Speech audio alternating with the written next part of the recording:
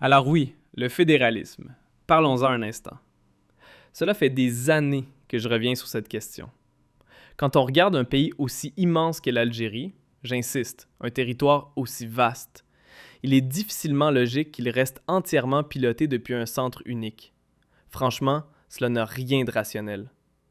Imaginez que toutes les décisions viennent d'Alger, que tout soit décidé là-bas. Ce n'est tout simplement pas cohérent. Du coup, Abdid a choisi une autre voie. Multiplier les wilayas. On nous a expliqué que c'était pour décentraliser. Très bien. Résultat, on en a créé plus d'une cinquantaine. Peut-être même plus de 60 aujourd'hui. J'ai perdu le compte. Mais soyons sérieux. Ouvrir des wilayas un peu partout ne règle absolument rien. Pourquoi ?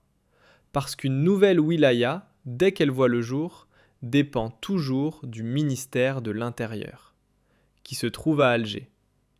Les budgets sont décidés à Alger. Les projets de développement sont décidés à Alger.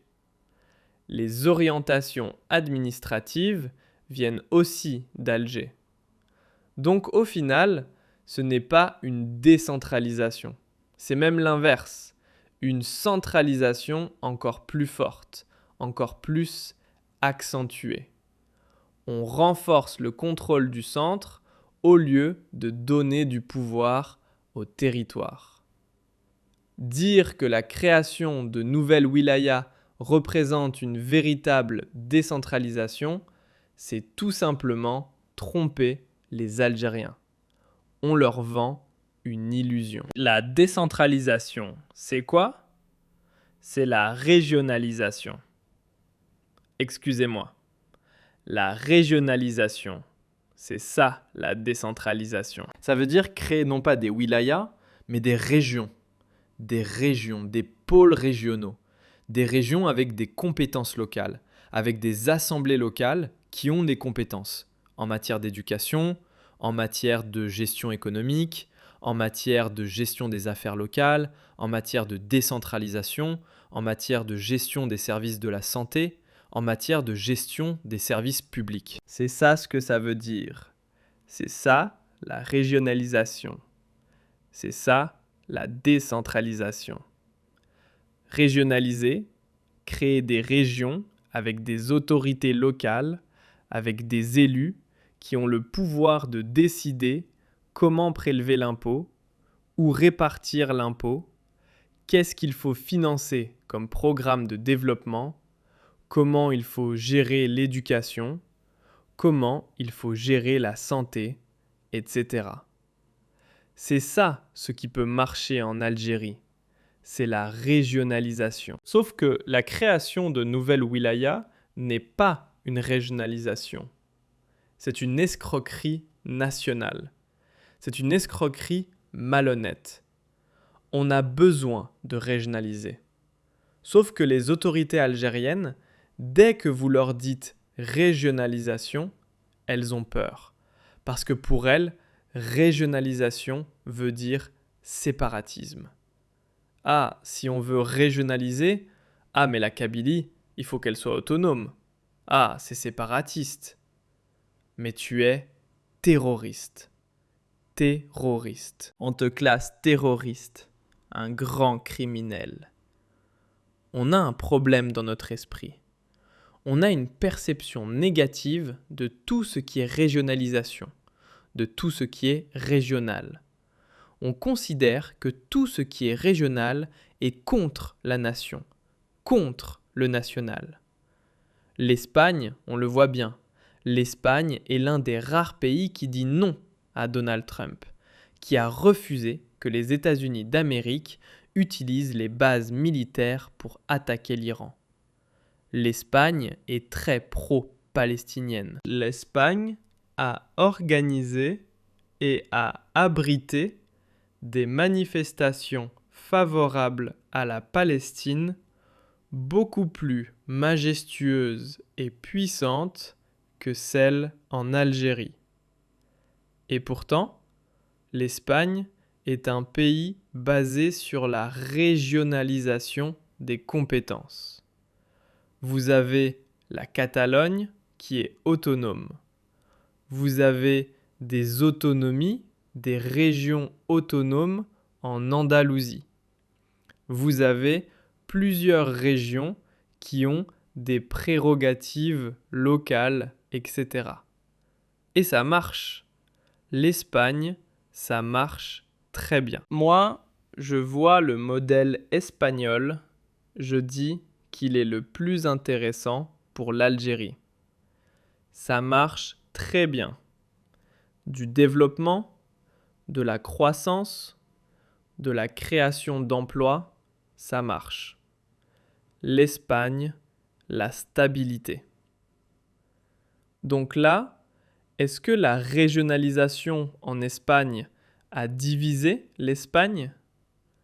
C'est vrai que la problématique existe. Il y a eu des mouvements séparatistes en Catalogne et dans le Pays basque.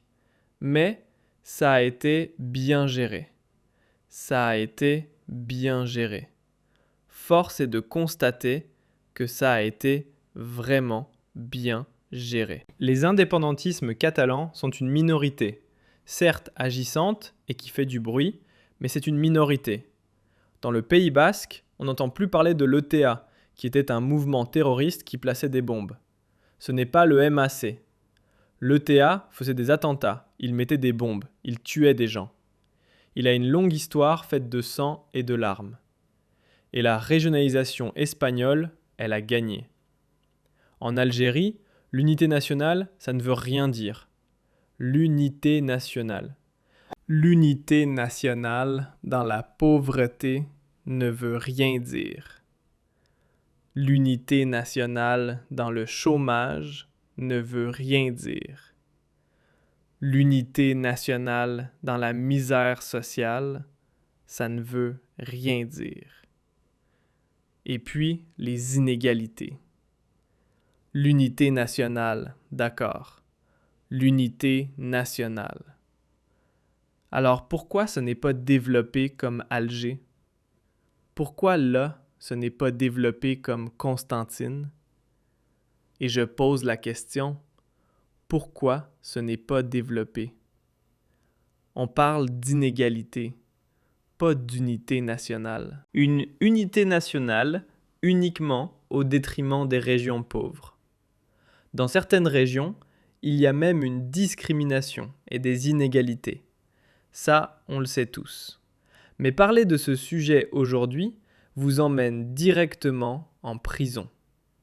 Il faut casser le tabou. Et moi, je crois que le fédéralisme n'a pas de sens en Algérie. Mais la régionalisation, sur le modèle espagnol, ça peut marcher. Et ça peut être très utile.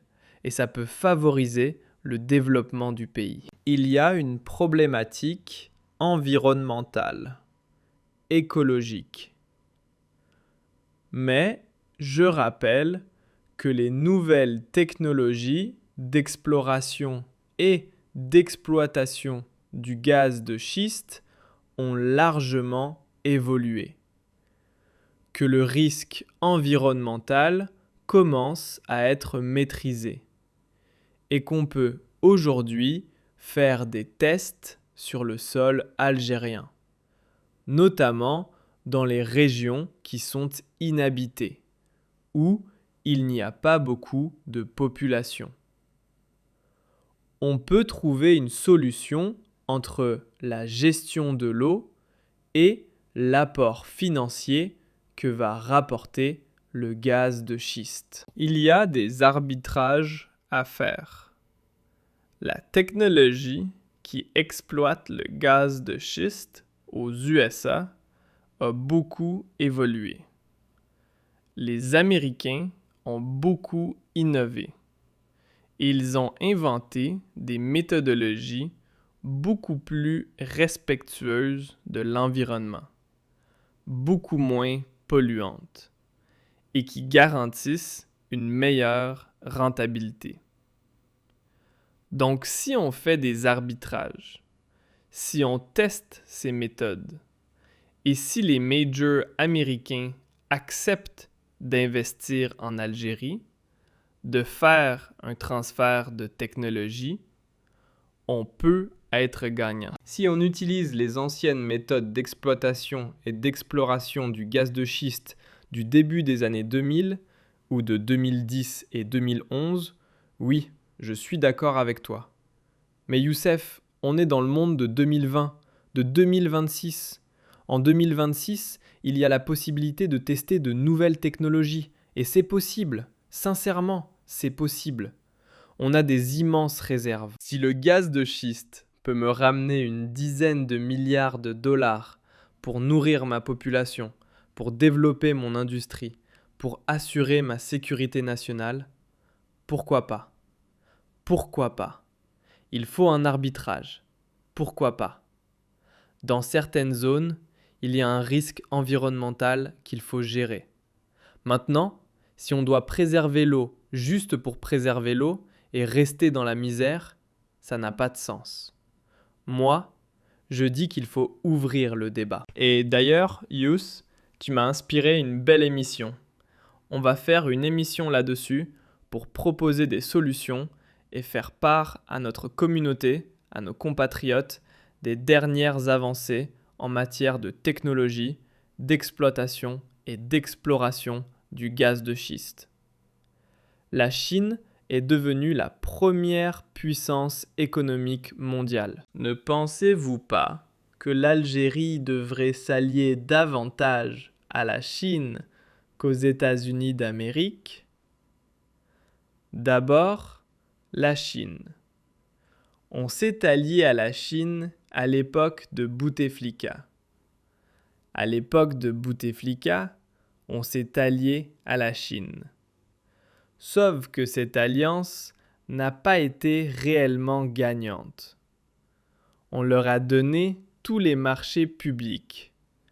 L'autoroute Est-Ouest, les marchés des logements, les grandes infrastructures. Qu'est-ce que les Chinois ont donné à l'Algérie en contrepartie avec le régime Bouteflika?